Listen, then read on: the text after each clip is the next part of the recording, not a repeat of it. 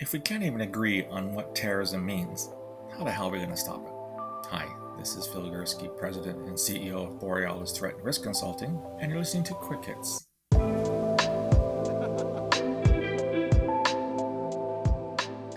One of my favorite authors is the English writer Lewis Carroll, who of course was known for his Alice in Wonderland series.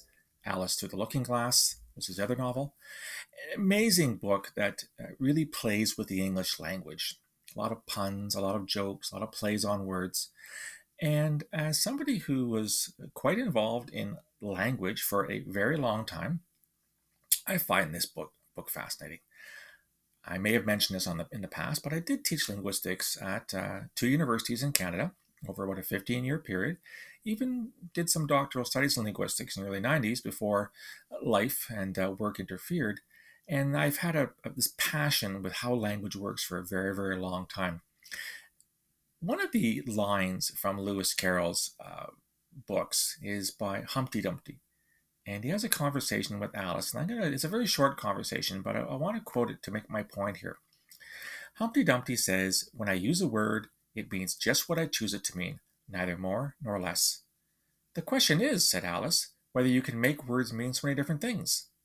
"The question is," said Humpty Dumpty, "which is to be master, that's all." It's interesting that what Humpty Dumpty is really saying is that when we use language, we are the ones who determine meaning. That is true to some extent, but the bottom line is that language would not exist or wouldn't function if we as a language community didn't decide at some point what words mean. If words change meaning every time they exit our mouths, communication is impossible. The hearer has to have the same general idea of what a word means as does the user, the speaker. And if that relationship isn't there, then it's complete chaos. Why am I talking about this today? Well, it's December the 29th. It's a few days after a RV bomb went off in downtown Nashville, injuring 3 people and greatly damaging an office of the AT&T, one of the United States' premier telecommunications providers. As of today, there's still no motive on why the explosion took place. It definitely was deliberate because there was a mechanical voice coming from the RV in the minutes prior to the explosion, very early on morning Christmas Day, in a thankfully deserted downtown Nashville, in which there was a countdown, a 15-minute countdown, interspersed by music, including, of all things, the classic 60 hits Downtown by Petula Clark. I'm old enough to remember that song, actually. The police, the FBI, and their counterparts, their partners, have determined that the perpetrator of the bomb is a man in his 60s. They have a name, and that he died in the RV. What they don't know so far is why he did this. What was the motive? What was the point? What was he trying to say? The fact that there was a warning to evacuate a full 15 minutes before the detonation suggests, at least to me, that this individual didn't want to hurt anybody. But yet, still, the investigation is ongoing. What does it have to do with language? If you go on Twitter and in various news sources like the New York Times, this incident is being referred to as a suicide bombing. A suicide bombing. Technically, it looks to be true. The man in the RV, this man in his 60s, clearly committed suicide, and that suicide took the form of a bombing. So technically speaking, this is an accurate phrase. And yet, when I read that, something bugs me. Because I think in 2020, almost 2021 now, when we see the phrase suicide bombing, we often associate it with a terrorism attack, an act of terrorism. And yet there's nothing to date to suggest that this was actually the case. This was not an act of terrorism. Now, the investigation, as I noted, is still ongoing, and we may find out more information as to why this individual did this. But as of now, most people, including myself, are leaning somewhat against the notion of calling this a terrorist attack. So should we be using the term suicide bombing then? I don't know. Again, if you look at the terms suicide and bombing and you juxtapose them, both elements are there. And yet the phrase suicide bombing means something very, very different in the English language in 2020. When we think suicide bombers, we think Islamic State, we think Al-Qaeda, we think Boko Haram in Nigeria, we think Al-Shabaab in Somalia, various other Islamist extremist groups. We also think back to the 1980s and 1990s with the Liberation Tigers of Tamil Eelam, or the LTTE in Sri Lanka, which sent women and men to their deaths in terrorist attacks. They committed suicide by exploding themselves, including killing an Indian president. I want to move on to three other things that have been bothering me lately when it comes to the juxtaposition of language and terrorism. You've heard me talk an awful lot about the situation in Xinjiang. I just put out a very short, another Quick Hits podcast on the fact that the world's Muslims don't seem to give a rat's ass of what China's doing to Uyghur Muslims, incarcerating up to 1 million of them, destroying mosques, forcing women to abandon the veil, making men shave their beards. China, of course, justifies all this by saying it's fighting terrorism. And interestingly, though, the way that the Chinese phrase this is they use the term the three evils. What they're doing in Xinjiang province is to combat what they call the three evils, which are defined as terrorism, separatism, or some call it splitism, and religious extremism. Interesting that, right? Referring to terrorism as an evil, I have no problem with that. But separatism? If the people of Xinjiang want to go their own way, is that an evil? Well, I guess it is to the Communist Party of the People's Republic of China. What about religious extremism? Again, if it's tied to violent extremism, it's terrorism. I wrote a whole book, When Religions Kill, about how religion is used to justify terrorism. But this language strikes me as an attempt by the Chinese government to paint all Uyghurs as terrorists. And therefore, that justifies and demands the crackdown they've had. Don't get me wrong, there certainly have been terrorist attacks carried out in Xinjiang and other parts of the PRC by Uyghur terrorists.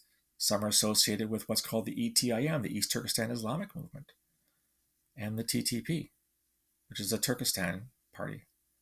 So yes, there is terrorism, but the vast majority of the inhabitants of Xinjiang who are Uyghur Muslims, the Han in-migration notwithstanding, are not terrorists. And yet the Chinese refer to them as the three evils. The second one actually occurred just this morning, and I was reading on the CBC website where a Saudi activist, Loujain Alhathloul, she is a Saudi woman who has been pushing for rights to drive. Well, she was sentenced on Monday, which is today, the 29th of December, to 6 years in prison under a vague and broadly worded law aimed at combating terrorism. She was found guilty by the kingdom's anti-terrorism court on charges of agitating for change, pursuing a foreign agenda, using the internet to harm public order, and to cooperate with individuals and entities that have committed crimes under anti-terrorism law. This woman must be a real actor, a real problem, a real force to be reckoned with in Saudi Arabia, right? She's been convicted as a terrorist. Yeah, she was trying to drive a car, and yet she was treated under anti-terrorism law. What does it tell you about Saudi Arabia?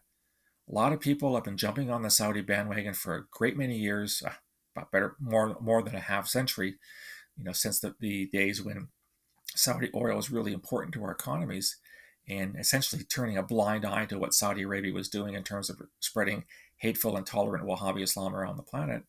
And everyone thinks MBS, Mohammed bin Salman, also known as Mr. Bonesaw, for his ordering of the killing and dismemberment of a journalist in Turkey a couple of years ago, that he's changing Saudi Arabia. Is he? Is he really? How is convicting a woman of terrorism charges for wanting to drive a car and get more rights for women in the kingdom an act of terrorism? You tell me that. This is just language being used by the Saudis to justify what they're going to do anyway. This has nothing to do with terrorism. The last one I want to refer to was a curious article I came across in the Nigerian media, which talks about a situation in which an organization called the Academic Staff Union of Universities has been engaged in job action, i.e. strikes, quite a bit in Nigerian universities over the last couple of years.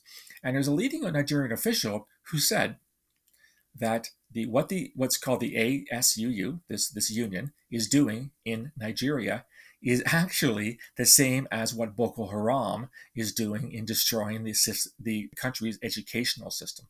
In other words, those who go on strike, those who advocate strikes, are terrorists. Now, Boko Haram is an organization, it's been around for the better part of 15 years in largely northeastern Nigeria, although it has spread its wings to date in other parts of the country as well as immediate neighbors. Watch from my perspective on that coming out in a couple of days. And Boko Haram kind of stands for Western education is bad. It's not the greatest translation of what the term means.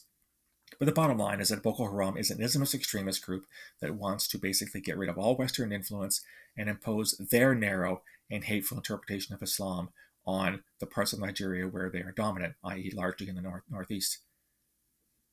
So yeah, they're terrorists. Despite the fact I hear them referred to as militants and insurgents, Boko Haram are terrorists. They're Islamist terrorists.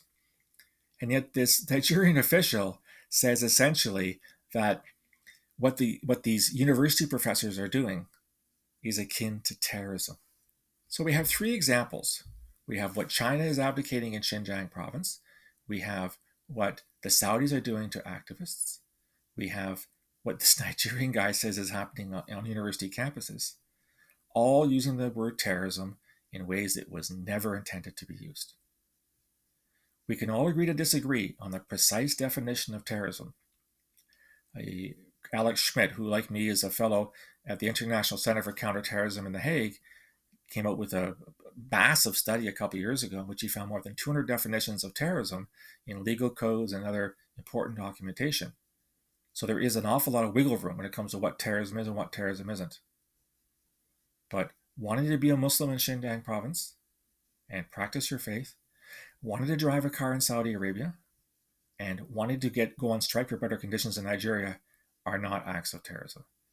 We need to push back against this heinous use of language, this careless use of language, this attempts by authorities to convince us that people they don't like are terrorists and must be eliminated.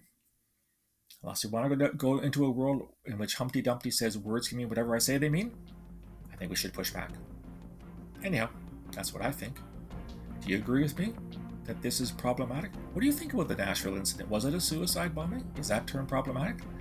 I'd love to hear from you. You can reach me on email borealisrisk@gmail.com or on Twitter @BorealisSaves. You can also find me on LinkedIn and on Facebook. If you like this content and you want to get more of it, you can subscribe. Go to my website, borealisthreatandrisk.com. Hit the subscribe button. Provide your email address. You'll get a free daily digest of all the material, all the blogs and podcasts. And in addition, you'll get material which is reserved solely for subscribers. This is stuff that I'm going to be putting on only for those who subscribe and not to the general public. I'd love to hear your thoughts on this. I'll talk to you again soon. Until then, stay safe.